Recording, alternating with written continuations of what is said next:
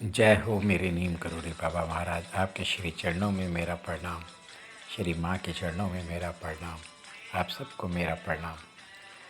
कैंची धाम में आना जाना लोगों का है, बाबा के दरबार में लोग हाज़िरी लगा रहे हैं। हर कोई व्यक्ति अपनी मनोकामना लेके आ रहा है। बस मैं भी चाहता हूँ कि जब आप भी कैंची धाम आए या जहाँ पे भी हों, बाबा तो हर परिस्थिति में, आप जहाँ पे भी दुनिया के किसी भी कोने में बैठे हैं, बाबा को बताओ अपनी मनोकामना, बताओ सच्चे दिल से बताओ, और बाबा जी वो पूरी कर देते हैं। और बाबा जी तो मतलब अंतर्यामी है ना, जैसे मैं अपने हर वीडियो में कहता हूँ। ऐसे ही मैं 3 लीलाएँ सुनाता हूँ, बड़े कमाल की हैं। कि सन 1965 में पाकिस्तानी सिपाहियों को कैद में रखने के लिए केंद्रीय जेल आगरा खाली कराया जा रहा था। उस समय उस जेल के सुप्रीडेंट थे श्री भूषण चंद जोशी। तो वो बताते हैं कि जेलों के आईजी साहब जो उस समय वहाँ पे थे, मुझसे बोले कि आप ना अपना सामान मान लो, आपकी बदली दूसरी जगह होनी है। तो उन्होंने भी तत्काल कैदियों की सहायता से अपना सामान मंगवा लिया। इसके बाद उनको सूचना मिली कि नीम करोली बाबा आगरा में किसी के घर आए। तो पूछाते ये दर्शन के लिए उनके पास गए।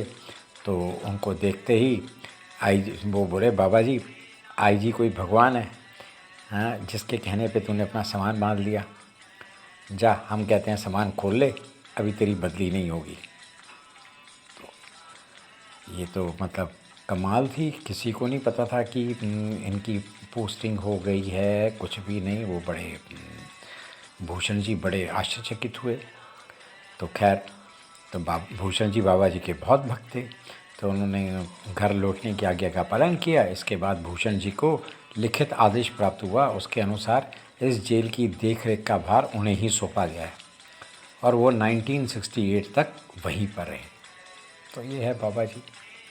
ऐसे ही श्री जगत प्रसाद रावत, जो एक्स मंत्री उत्तर प्रदेश सरकार कमला नगर आगरा में ना, महाराज को पहली बार दर्शन श्री भगवान साए ICS होते थे उसमें, के घर लखनऊ में 1946 में हुआ। तो वो बताते हैं कि जैसे ही मैंने बाबा को चरण स्पर्श किया तो वे मुस्कुराते हुए बोले कि कहाँ था, क्या बात हुई लाल बहादुर शास्त्री और पंत जी से। लाल बहादुर शास्त्री उस समय प्रधानमंत्री थे, और पंत जी उत्तर प्रदेश के। तो तेरी बात क्या नहीं मानी गई? अच्छा, परसों वो लोग तेरी बात मान जाएंगे।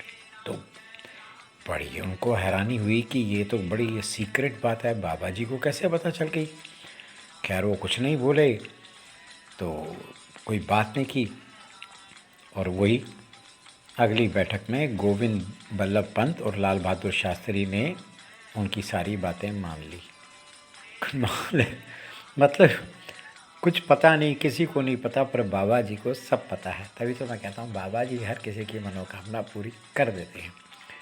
ऐसे ही श्री जगन्नाथ आनंद ट्रांसपोर्ट एजेंट थे, हल्द्वानी जिला नैनीताल की लड़की, हाँ, राजेंद्र सन 1968 में अपनी माँ के साथ बाबा के दर्शन के लिए कैंची आश्रम में आई।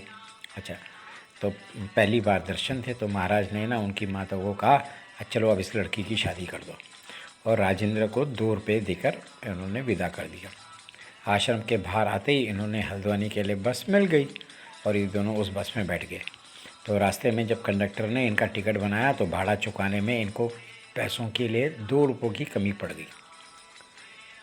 अच्छा, अब ये 2 रुपये तब उन्होंने दिए जो बाबा जी ने इनको दिए थे।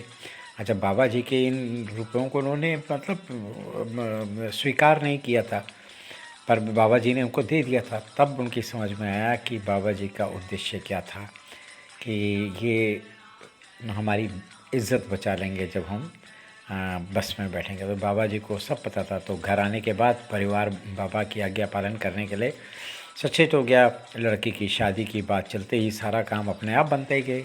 अगले ही वर्ष उनकी लड़की की शादी भी हो गई।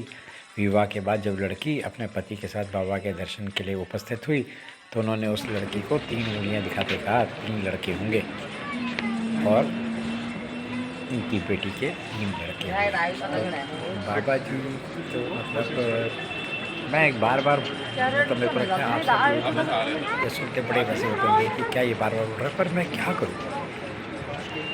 मुझसे मतलब बस आप मेरी भावना समझ जाए।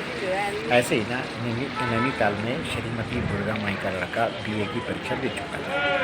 अच्छा, उसे ना एक बड़ा मतलब कंफ्यूज था, वो बड़ा कंफ्यूज था और उसको लग रहा था कि मैं पास नहीं होऊंगा, तो वो ना बड़ा उदास रहता था। तो उसी समय दुर्गा माई कैंची आश्रम में आके महाराज को अपनी स्थिति से अवगत कराया, बताया कि उनका लड़का पास होगा कि नहीं। बाबा तुरंत बोले फेल पास। ऐसा करके वो मुस्कुराए तो वहाँ पे सभी लोग हंस पड़े। तो फिर बाबा जी बोले पास हो जाएगा और बैंक में नौकरी भी करेगा। तो लड़के ने बीए पास कर ली और बिना वर्ष गंवाए अगले साल वो बैंक की नौकरी के लिए उत्तीर्ण हो गया, पास हो गया और वो बैंक में नौकरी करने लग पड़ा। तो ये है बाबा जी की चमत्कार। बाबा जी को मैंने जैसे शुरुआत में बोला था कि बाबा जी को सब पता है, सब पता है, सब पता है। तो इसलिए आप भी जो भी कोई मनोरथ रखते हो सच्चे दिल से, तो बाबा जी को आप कहीं पे भी हो, दुनिया की किसी भी कोने में हो, सिर्फ बाबा जी को दिल से पुकार लो और देखना बाबा जी आपकी वो मनोरथ पूरी करेंगे। जय हो मेरे नीम करोड़े बाबा महाराज, आपके श्री चरणों में मेरा प्रणाम, श्री माँ के चरणों में मेरा प्रणाम, आप सबको मेरा प्रणाम। हाँ, एक बात बताता हूँ, आप कैंची धाम आओगे ना तो कोशिश करना कि कैंची धाम आने से पहले ना अपने रहने की व्यवस्था कर देना, क्योंकि अब बच्चों की छुट्टियाँ पड़ चुकी हैं तो बहुत भीड़ होने वाली है ना, समर वेकेशंस की। तो वो जो आपके साथ नन्हे मुन्ने बच्चे आएंगे ना, है ना, तो उनको बड़ी तकलीफ़ होगी। तो चलिए, नमस्कार।